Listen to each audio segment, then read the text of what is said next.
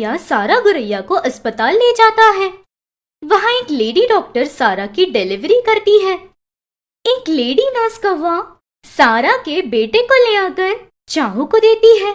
ऐसे वहाँ से शुरू हुई सारा और चाहू के बेटे टोनी की जिंदगी में औरतों का आना आज तक कंटिन्यू हो ही रहा था। जहाँ देखो वहाँ औरतें टोनी से अट्रैक्ट हो जाया करती और उसे चूमा भी करती। टोनी गुरैया ने जब होश संभाला तब चाहू गुरैया एक ज्योतिष तोते को बुलाकर कुंडली बनवाता है। वो ज्योतिष तोता ऐसे कहता है, अरे भाई चाहू साहब, आपको समझ आए ऐसे बताऊं तो आपका बेटा कन्या राशियों के महीनों में पैदा हुआ है, इसीलिए उसके आसपास सिर्फ लड़कियां ही घूमती रहती हैं। सच बताऊं तो आपका लड़का एक समय पर लड़कियों से चिढ़कर सन्यासी भी बन सकता है। ऐसे ज्योतिष के कहते ही सारा बहुत घबरा जाती है। अरे ये क्या स्वामी, इसका कोई उपाय नहीं है क्या? कोई शांति पूजा करवा सकते हैं? ऐसे घबराते हुए पूछती है। तब ज्योतिष ऐसे जवाब देता है, देखिए जी, हमारी मासूमियत से हमारी किस्मत को, पूजा और हवन से हमारी जिंदगी को बदल सकते हैं, इस भ्रम में रहते हैं। लेकिन कर्मों के फल को बिना खाए कैसे रह सकते हैं बताइए आप? थोड़ा तो सोचिए ना। ऐसे बोलकर ज्योतिष के जाते ही उसके बेटे पर कोई मुसीबत ना आए, इसलिए सारा अपने पति को एक उपाय बताती है। जी, एक काम करते हैं, आपसे इसे सिर्फ बॉयज जाने वाले स्कूल में ही पढ़ाते और लिखाते हैं, कोएड में भी नहीं डालेंगे। ऐसे सारा के दिए गए सलाह से जब से होश संभाला था तब से औरतों से दूर एक बॉय स्कूल और हॉस्टल में पहुंचाते हैं।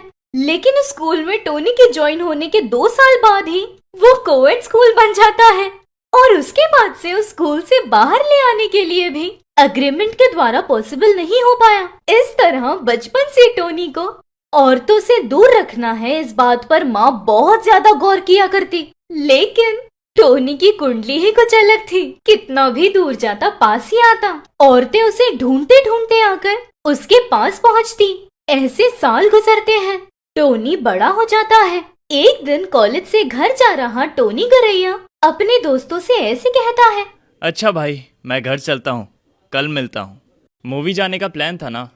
ऐसे कहता है। उतने में टोनी के एरिया में रहने वाली एक खूबसूरत बतख आकर टोनी से ऐसे कहती है, टोनी, मेरी स्कूटी रिपेयरिंग के लिए है, मुझे घर तक लिफ्ट दे दोगे क्या प्लीज? नहीं, मैं डायरेक्टली घर नहीं जा रहा हूँ, पहले लाइब्रेरी जाना है, फिर वहाँ से घर। अच्छा, वहीं पर ले जाओ, मैं भी लाइब्रेरी आऊंगी ना। ऐसे फेविकॉल की तरह चिपकने पर टोनी को उस लड़की को बाइक पर बिठाना ही पड़ा। बाइक पर जाते हुए ऐसे कहती है वो लड़की, टोनी, कल पिक्चर देखने जा रहे हो ना, मुझे भी ले जा सकते हो ना? क्यों? तुम्हारे पापा अच्छा खासा कमाते हैं ना, उनके साथ जाओ, हमारे साथ क्यों एक्स्ट्रा लगेज? ऐसे ताना मारते हुए कहता है, पैसे मैं दे दूंगी, चाहो तो तुम्हारी टिकट भी निकाल दूंगी, हम दोनों सेपरेटली चलते हैं ना पिक्चर देखने। ऐसे उसके कंधे पर हाथ रखकर पूछती है। तब टोनी को गुस्सा आता है। ए, कंधे से हाथ हटाओ, ऐसा करोगी तो यहीं छोड़ दूंगा, आगे तुम्हारी मर्जी। नहीं नहीं, चलो घर चलते हैं। ऐसे बोलकर चुपचाप बैठती है। इस तरह जवान लड़कियां टोनी के पीछे ही पड़ा करती। लेकिन टोनी ऑलमोस्ट औरतों से चिढ़ने के स्टेज पर आ गया था, इसलिए लेडी लेक्चरर्स के क्लास को भी बंक करके बाहर जाना शुरू कर देता है। टोनी की जिंदगी ऐसी थी तो दूसरी तरफ निम्मी नामक एक काला कौवा था। वो टोनी के जंगल में ही रहती थी। स्कूल टाइम से ही उसे टोनी बहुत पसंद था, लेकिन कभी टोनी के सामने आई नहीं बात करने। एक दिन निम्मी की दोस्त रिंकू ऐसे कहती है, निम्मी, तुम्हें बचपन से देख रही हूँ, तुम्हारी तरह टोनी से प्यार करने वाला और कोई नहीं होगा। सामने नहीं आती, बात करने की कोशिश भी नहीं करती, लेकिन उसे क्या चाहिए यह तुम एकदम करीब रहकर देखती हो, उस पर कोई तकलीफ नहीं आने देती। वो ढूंढ रही स्टडी मटेरियल स्टडी टेबल पर रखती हो, वो अप्लाई कर रहे एप्लीकेशन को घर पहुंच जाती हो। ऐसे हर बात में उसे जो चाहिए वो अरेंज करते हुए ऐसे छुपकर क्यों रहती हो? प्यार का इजहार उससे कर दो ना, ऐसे कहती है। तब कौवा ऐसे कहती है, देखो रिंकू, मेरे टोनी को पागल समझा है क्या? इतनी खूबसूरत, इतनी अच्छी लड़कियों को छोड़कर काली सी मुझे एक्सेप्ट करने के लिए, इसलिए उस पर जो प्यार है उससे ये सब कर रही हूँ मैं। वो मुझसे प्यार करे इसलिए नहीं। इस दुनिया में चंदा मामा से कितने लोग प्यार करते हैं, लेकिन चंदा मामा किसी से प्यार करते हैं क्या? टोनी भी वैसा है, चंदा मामा है, इसलिए दूर से ही प्यार करने में भलाई है, ऐसे कहती है। इस तरह बचपन से ही टोनी को निम्मी पागलों की तरह प्यार करती है, ये बात उसे और उसकी सहेली रिंकू के अलावा किसी को नहीं पता था। दूसरी तरफ सारा गोरैया को दिन भर दिन अपने बेटे की परिस्थिति को देखकर डर लग रहा था। पति से ऐसे कहती है, एज, इसके बड़े होते साथ मुझे डर लग रहा है। बचपन में ज्योतिष के अनुसार इन लड़कियों की मुसीबत की वजह से वो सन्यासी बन जाएगा। डर शुरू हो गया है। अब तो और मक्खी भिनभिनाने जैसे उसके आसपास ही भिनभिनाती रहती है। ऐसे डरते हुए कहती है। तब चाहू धीरे से मुस्कुराकर ऐसे कहता है, अरे पागल, एक बात तुम जान लो, इस दुनिया में कुछ चीजें ऐसी हैं जो तुम नहीं बदल सकते। इस तरह हमारे हाथ में रहकर भी बदलने वाली चीजें बहुत सी हैं। इनमें से हम किसे बदल सकते हैं और किसे नहीं बदल सकते, ये जानना ही समझदारी है, अक्लमंदी है। अगर वो दोनों ही चीजें हमारे बेटे की सही हुई तो जिस चीज से डर रही हो वो होगा ही नहीं। वैसे सन्यासी होना गलत है, ये तुमसे किसने कह दिया? वो भी एक वरदान ही है। ऐसे पत्नी को समझाने की कोशिश करता है। इस तरह टोनी से अनजान उसकी हर एक चीजों को जो दो औरतें संभाल रही थी, उसके बावजूद भी उसके आसपास जो लड़कियां थी उससे चिढ़ता था वो। लेकिन ऐसे दो औरतें उसके लिए रो रही हैं, इस बात से अनजान था वो। ऐसे दिन गुजरते हैं। टोनी अपनी जिंदगी में आ रही लड़कियों को खुद से दूर करते हुए पढ़ाई पूरी करता है, अपने ड्रीम जॉब को हासिल करने की राह देखता है। ऐसे में एक बार टोनी बहुत ही ज्यादा उदास था। तब माँ सारा आकर चाहू से ऐसे कहती है, एज, टोनी कल से बहुत ज्यादा उदास है। बात क्या है जानिए ना। अपनी माँ को भी देखना नहीं चाहता है वो, लेकिन उसे ऐसे देख नहीं पा रही हूँ। ऐसे सारा के कहते ही चाहू बेटे के पास जाकर ऐसे पूछता है, बेटा टोनी, क्या हुआ है? कल से देख रहे हैं हम, क्यों इतना उदास है? ऐसे चाहू के पूछते ही अपने पिता से अपने मन की उदासी को बताता है। पापा, क्यों मेरी जिंदगी ऐसी हो रही है? हर कदम पे औरतें सामने आ जाती हैं। आखिरकार मुझे लड़कियों से चिढ़ होने लगी है, इसीलिए तो पापा अपनी माँ से भी प्यार से बात नहीं कर पा रहा हूँ। इन सब से दूर कहीं हिमालय पर जाने का मन कर रहा है पापा। ऐसे टोनी रोता है। तब बेटा किस लिए उदास है इस बात को समझकर पिता ऐसे पूछता है, अच्छा बेटा, तुम्हें देखने पर बात समझ आ रही है। अब कौन सी नई समस्या आ पड़ी है तुझ पर? ऐसे चाहू पूछता है। तब टोनी ऐसे जवाब देता है, पापा, मेरी ड्रीम जॉब के लिए दिन रात इतनी मेहनत करके कितने प्रोजेक्ट्स बनाए पता है ना? उस जॉब इंटरव्यू में कितने राउंड्स होते हैं, कितने टफ होते हैं, आपको पता है ना? और जॉब फाइनलाइज होने के टाइम पर वहां फिर से एक लड़की आ गई। अब मुझसे भी ज्यादा स्कोर में वो लड़की है। पहले से ही औरतों की वजह से इतना परेशान हूं ना मैं। इनसे बचते हुए वहां तक पहुंचने के लिए मैंने कितनी मेहनत की है, आपको पता है ना? ऐसी जगह पर फिर से एक लड़की बीच में, मैं सहन नहीं कर पा रहा। ऐसे इतने समय से आसपास के लोग, बाहर के लोग टोनी को देखकर हमेशा लड़कियों के बीच में ही रहता है, उन्हीं के साथ घूमता है, ऐसे सोचने वाले लोगों को उसकी तकलीफ समझ न आकर पिता से कहता है।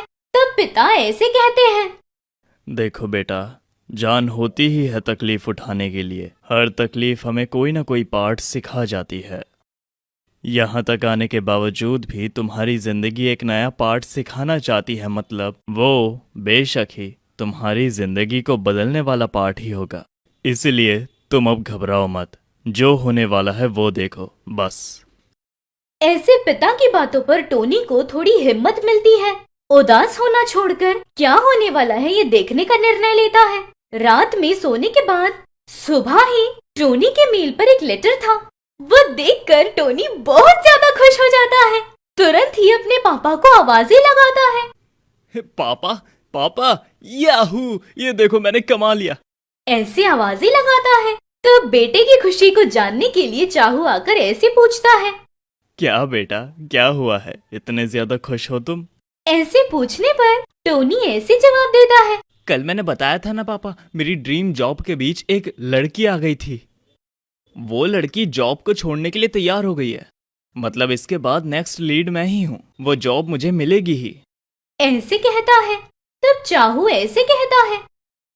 टोनी, तुम्हें सच में लगता है इसमें तुम्हारी जीत हुई है? हाँ ना पापा, ऐसे क्या पूछ रहे हो? ये तुम्हारी जीत नहीं है। इतने सालों से तुमसे प्यार करते हुए, तुम्हारे पीछे रहते हुए तुम्हें जिता रही है वो लड़की। निम्मी की जीत है।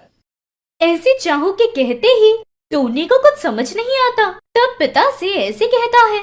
क्या बोल रहे हो पापा? मेरे पीछे दीवानों सा प्यार करने वाली है। हाँ बेटा, बचपन से ही तुम्हें बहुत ज्यादा प्यार करते हुए, तुम्हारी जिंदगी में जब जब तुम्हें तकलीफ आई थी ना, तब तब तुम्हें खुशी देना चाहा उसने। ऐसे चाहू कहता है। तब टोनी आश्चर्य होकर ऐसे पूछता है। तो इतने दिनों तक मुझे ये बात क्यों नहीं बताई? कौन है वो लड़की? मुझे भी हाल ही में ही पता चला है। उसका नाम निम्मी है। अब तुम जिस जॉब के लिए इतना खुश हो रहे हो, उसे छोड़ दिया निम्मी ने। ऐसी परिस्थिति तुम्हें किसी और की वजह से भी मिल सकती है, इस उद्देश्य से। वो भी तुम्हारे लिए उसी जॉब इंटरव्यू के लिए आई थी। वो कितना मुश्किल है मुझे नहीं पता। ऐसे में उस जॉब को हासिल करने जितनी मेहनत करके उसे तुम्हारे लिए छोड़ दिया, मतलब उसे तुमसे कितना ज्यादा प्यार है तुम ही जान लो। ऐसे कहते ही तब तक जो औरतों से वो चिढ़ता था उसे भूलकर उस लड़की को देखने के लिए निम्मी के पास जाता है। वहाँ ऐसे पूछता है। तुम कौन हो? क्यों मेरे लिए इतनी तकलीफ उठाई? क्यों मेरे लिए त्याग किया? तुम यहाँ तक आए हो, मतलब तुम्हें बात पता होगी, फिर से वही पूछ रहे हो, मतलब तुम कंफ्यूज्ड हो, ये समझ आ रहा है। ऐसे बोलकर टोनी को बचपन से कितना प्यार करती है इस बात का इजहार करने का मौका नहीं छोड़ना चाहती थी, इसलिए अपने मन की बात पूरी तरह बता देती है उसे। तब टोनी ऐसे जवाब देता है। मेरा सनसाइन वर्गो है, इसलिए सारी औरतें मेरे आसपास घूमती रहेंगी, ऐसा सब कहते थे। वो सच है, लेकिन इतने टाइम से ऐसे लोगों की वजह से मुझे औरतों से ही चिढ़ होने लग गई थी। लेकिन तुम्हें देखकर सब गलत लग रहा है। तुम्हारे मन में इतना प्यार रखकर मेरे सामने नहीं आई। खूबसूरती नहीं है इसीलिए, काली हो इसीलिए, सच ही होगा। लेकिन खूबसूरती को देखने की स्थिति में नहीं हूं मैं। मेरे लिए तुम इतने मुश्किल इंटरव्यू को फेस करके हाथ तक आए जॉब को मेरी खुशी के लिए छोड़ने का सोचा, मतलब तुम्हारा मन और मन में मेरे लिए प्यार नजर आ रहा है। यहाँ आने से पहले पापा ने कहा था तुम्हारी जिंदगी तुम्हें कोई पाठ सिखाने वाली है। हाँ, सच में सिखा दिया, और वो प्यार का पाठ है। ऐसे कहता है। उस बात पर निम्मी बहुत शर्माती है। टोनी के निम्मी के प्यार को समझने पर टोनी जाकर अपने माता पिता से ऐसे कहता है। माँ, पापा, तुरंत जो मुहूर्त मिलेगा वो मुहूर्त रखवाइए। मैं निम्मी को मिस नहीं करना चाहता हूँ। ऐसे कहता है। तब सारा गुरैया ऐसे कहती है। अभी के अभी मुहूर्त कैसे रखवाएं? बरसात का मौसम है। तो क्या मुहूर्त नहीं मिलेंगे? मिलेंगे। हाँ, तो वही रखवाइए। ऐसे कहते ही बेटे ने शादी का निर्णय ले ही लिया है, ये उन्हें समझ आता है। तुरंत ही बारिश के मौसम में मुहूर्त रखवाने पर भारी बरसात में ही निम्मी कौवा और टोनी की शादी हो जाती है। और उसके बाद वो दोनों पति पत्नी और उनका परिवार बहुत ही खुशी से रहता है। अगर ये कहानी आपको पसंद आई तो हमारे चैनल को तुरंत सब्सक्राइब